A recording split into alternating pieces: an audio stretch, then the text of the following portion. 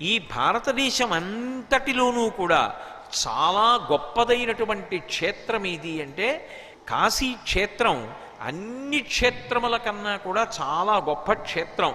అంబ పార్వతి నాతోడ అనతిచ్చే కాశీ ఎక్కుడు క్షేత్ర సంఘములలోన, కాశీ కన్నను ఎక్కుడు గౌరవమున, భోగమోక్ష నివాసంబు దక్షవాటి.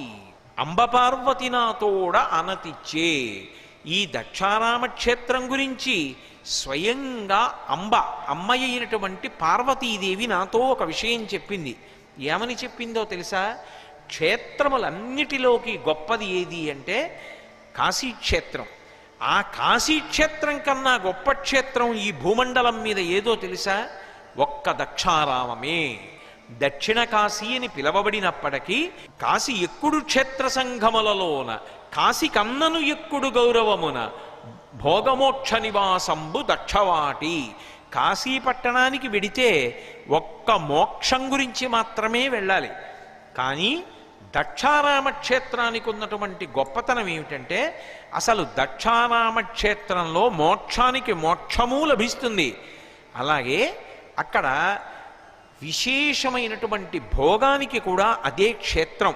అందుకే ఇప్పటికీ పెద్దలు ఒక మాట చెప్తారు, అర్థ సంబంధమైనటువంటి సమస్యలు ఉంటే, ఏదైనా ఐశ్వర్య సంబంధమైనటువంటి సమస్య ఉంటే దక్షారామ క్షేత్రానికి వెళ్ళి భీమనాథుణ్ణి సేవించండి అంటారు. అక్కడికి వెళ్ళి భీమనాథుణ్ణి సేవించిన, భీమనాథుణ్ణి నోరు విప్పి ఏదైనా కోరిక కోరినా ఆయన తీర్చకపోవడం అనేటటువంటిది ఉండదు. అంటే అది మన అవసరమై ఉండాలి.